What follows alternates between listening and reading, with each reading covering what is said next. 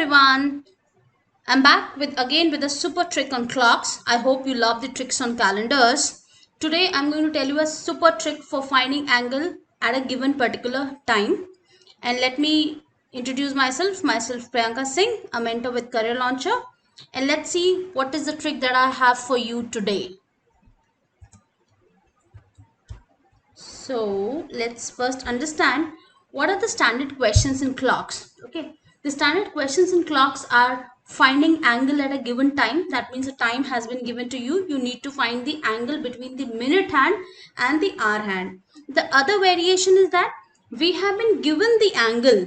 We have been already given the angle between the minute hand and the hour hand, and we need to find what time of the day it would be.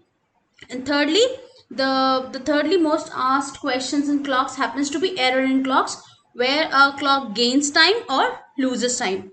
So today I am going to tell you a trick for finding angle at a given time. Now this kind of question can be approached in three ways, and I'm going to tell you all the three methods in which you can find answer for this particular type.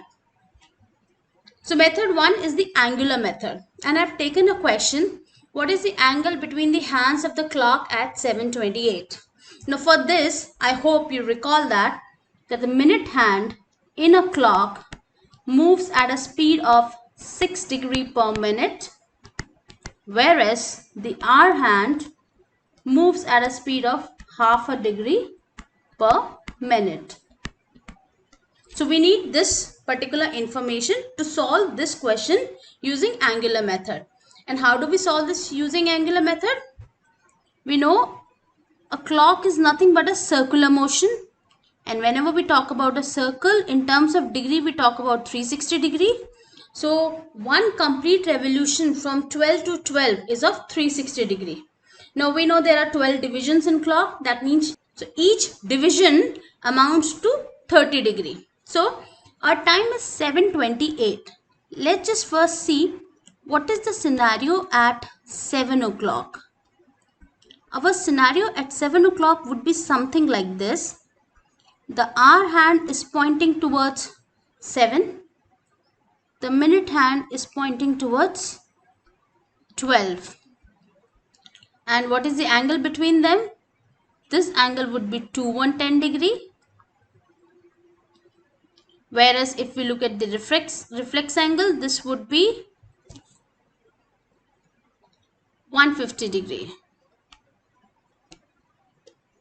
Okay, and we are supposed to find the angle between the hands of the clock at 7:28. That means from 7 o'clock till 7:28, how much time has elapsed?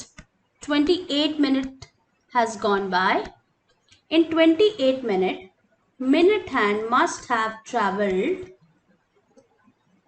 28 into 6 degree, because it is traveling at a speed of 6 degree per minute. That leads us to 168 degree. So 28 means we know minute hand would be somewhere closer to 6, and we can say minute hand has actually moved this much, and this particular moment is 168 degree. Whereas our hand in 28 minutes would have covered 14 minutes, and in fact our hand would have gone ahead, and it's somewhere between 7 and 8. This would be the new position of our hand. Let's understand it with the different color. So this would be the new position of our hand, and this is the new position of the minute hand. And what are we supposed to find? We are supposed to find this particular angle. How can this be found out? We can find this particular angle by 210 degree minus 168, which comes around 42 degree. So that's the difference between, now we have only taken this much, 210 minus 168, but we also have to include this. So we'll add up another 14 to it. So final answer would be 56 degree. Angle between the hands of the clock at 7:28 will be 56 degree. This is the angular method to go about this. And there is of course another time saver method to do this. That is the formula method. Now I'm sure you all are aware with this particular formula which says theta is equals to 11 by 2m minus 30h, where theta is the angle, m is the minute, and h is the hour. So we need to we are supposed to find here the theta. The m happens to be 28. The h happens to be 7. We'll simply put this value here and we'll get our answer as, let's have a look what our answer is going to be.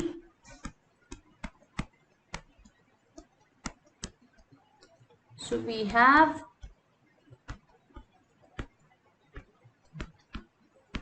56 degree again.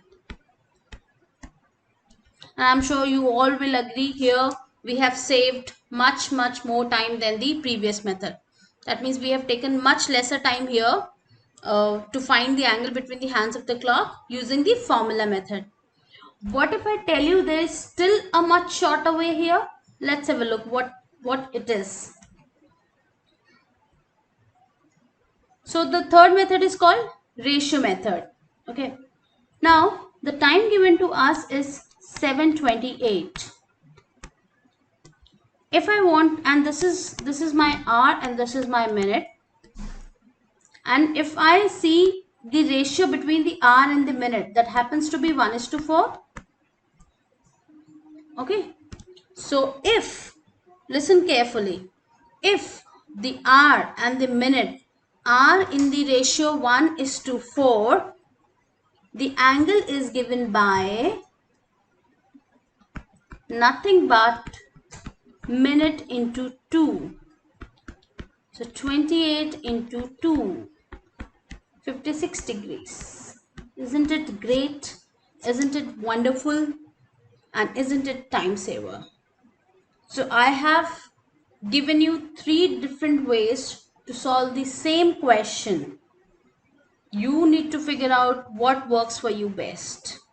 Okay, and these ratio methods, they are extremely time saving methods, and there are couple of more ratios like this. Like we have seen here, this is a specific, this works on a specific ratio when I can see hour and minute are in the ratio 1:4. So we have couple of more ratios like this. So we'll have a look at them in the some forthcoming sessions. Hope you enjoyed this trick and would put this trick to application. So do let me know if you need more tricks, more faster methods to solve any particular topic in analytical reasoning, or for that matter maths. So I can be reached at my Telegram ID is Priyanka5980. My email ID is Priyanka5980@gmail.com. And I have designed a specific program for analytical reasoning comprising of somewhere close to 35 plus recorded sessions, which you can explore at arforlaw.com. Okay, thank you. Bye-bye. Take care.